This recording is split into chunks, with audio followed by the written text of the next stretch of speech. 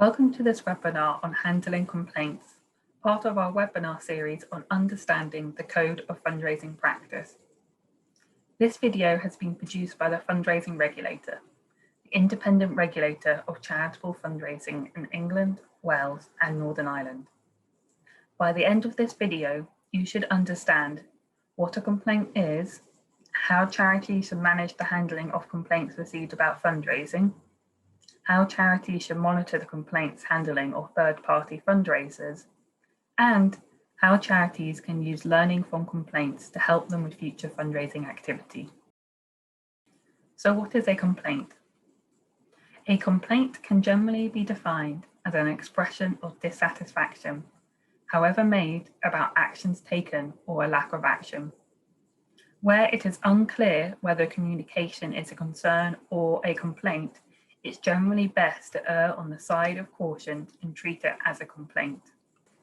The Code of Fundraising Practice sets out the responsibilities that apply to fundraising carried out by charitable institutions and third-party fundraisers in the UK. Standards relating to addressing complaints and concerns about fundraising are in Section 2, Responsibilities of Charitable Institutions and Those Who Govern Them. Though operational staff may deal with the day-to-day handling of complaints, ultimately, trustees are legally accountable for their charity's actions, and their responsibilities include addressing complaints and concerns about fundraising. The Code says that trustees should ensure their charities have a clear and publicly available complaints procedure, which must also apply to third-party fundraisers, Standard 2.4.1. Make sure their fundraisers can explain to people how to make a complaint, Standard 2.4.2. Ensure complaints are investigated and responded to thoroughly and fairly, Standard 2.4.3. Regularly review any lessons to be learned from complaints and use that learning to help them with future fundraising activity, Standard 2.4.4. And have a clear and published procedure for members of staff and volunteers to report any concerns, Standard 2.4.5. The Code of Fundraising Practice applies across the UK. The Fundraising Regulator deals with complaints about fundraising in England, Wales, and Northern Ireland, and fundraising in Scotland, where it is carried out by charities registered primarily with either the Charity Commission for England and Wales or the Charity Commission for Northern Ireland.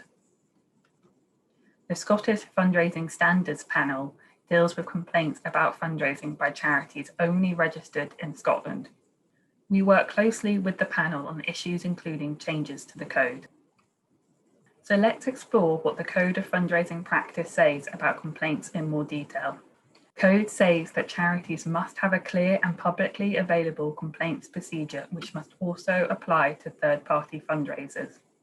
Think about the wording you use in your procedure and whether people will understand it. You could use the principles of plain English to help. Your procedure should also be easily accessible, for example, published prominently on your website. The charity's complaints procedure should set out what it is able to do and what it is not able to do when it receives a complaint.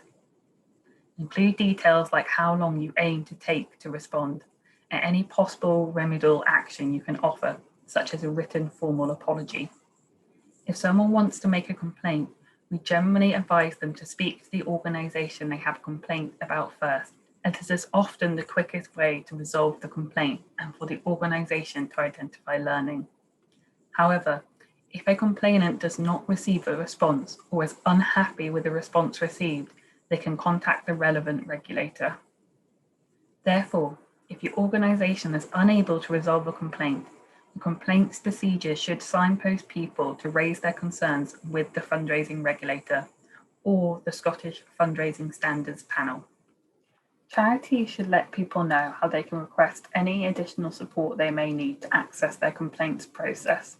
Think about the methods you use to receive or respond to complaints and whether these are accessible. For example, if you say people can only complain to you by email, you may exclude people who do not have access to the internet.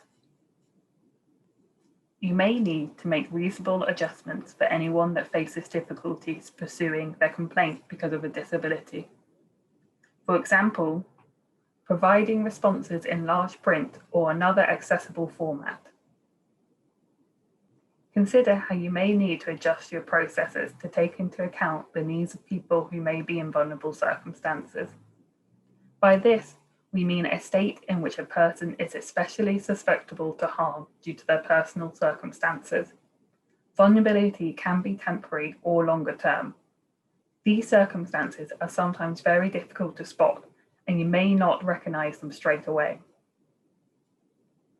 Nevertheless, people who are vulnerable should be protected and informed.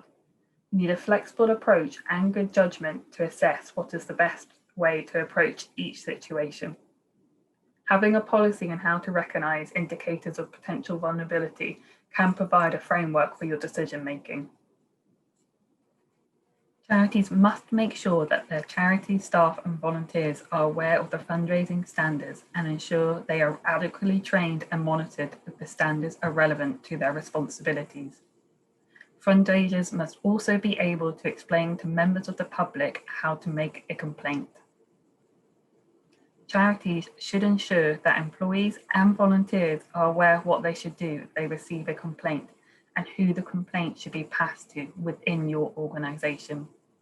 You could include this information in your induction training and in any key training document. If your charity uses third parties to fundraise, you must make all reasonable efforts to monitor whether third-party fundraisers or commercial partners are keeping to the code and the agreement you have with them.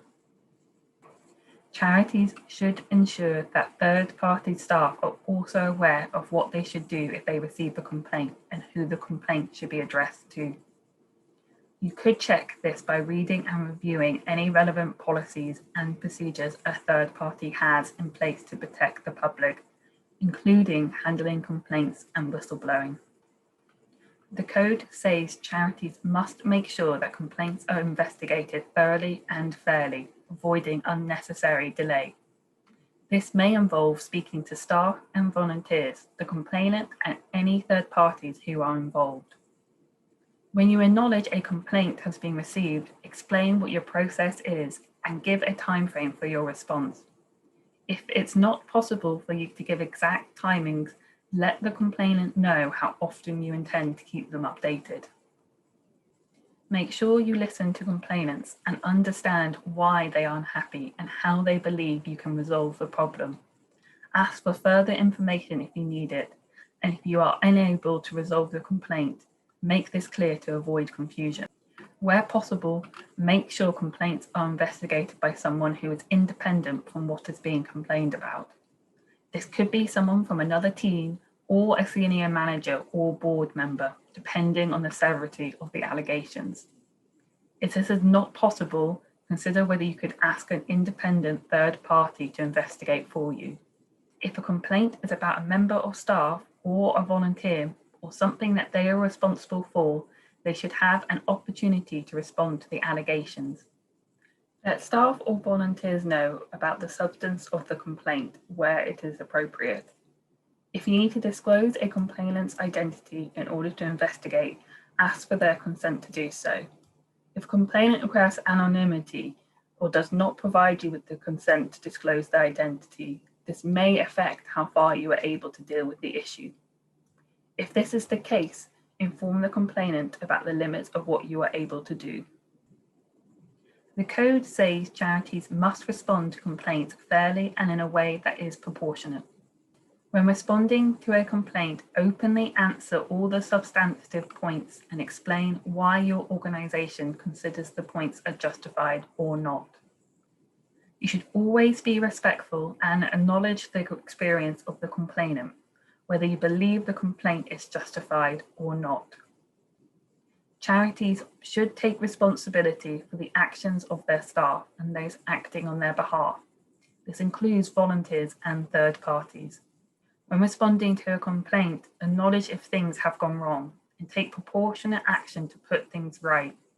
This includes apologising where appropriate. You should also tell the complainant about any lessons that have been learned and any changes you have made to services, guidance, or policy because of their complaint. If complainants display abusive or unreasonable behaviour, you may choose to restrict your contact with them or not to proceed further. Your complaints process should give guidance on when you will consider contact to be unreasonable and what actions you may take in these circumstances. The Code says charities must also have a clear and published procedure for members of staff and volunteers to report any concerns they have about fundraising practices. You should be open to learning from internal concerns just as much as from those from outside your organisation. Whistleblowing disclosures can help detect serious problems such as fraud, safeguarding concerns, and mismanagement in charities. People raising concerns by whistleblowing have some protection in law under the Public Interest Disclosure Act if the concerns they report meet certain conditions, and your policy should take account of this. Fundraisers who feel they are being pressured to act in a way that is not in line with the code can contact the fundraising regulator to raise their concerns. However, we cannot investigate complaints about employment or contractual matters. Finally, the code says charities must regularly review any lessons to be learned from complaints and use that learning to help them with future fundraising activity. Complaints should be regarded as a source of learning and improvement. Charities should keep a record of the complaints they receive, the outcomes of their investigations, and the reasons for their decisions. Charities should regularly review the complaints they receive to identify any trends or wider learning. This should be used to improve your service and the experience of donors. Boards and senior management teams should receive regular reports on the number and nature of complaints their charity receives. If a complaint has led to a change in services, policies, or procedures, you should record this and may wish to add a specific item to your risk register to keep track.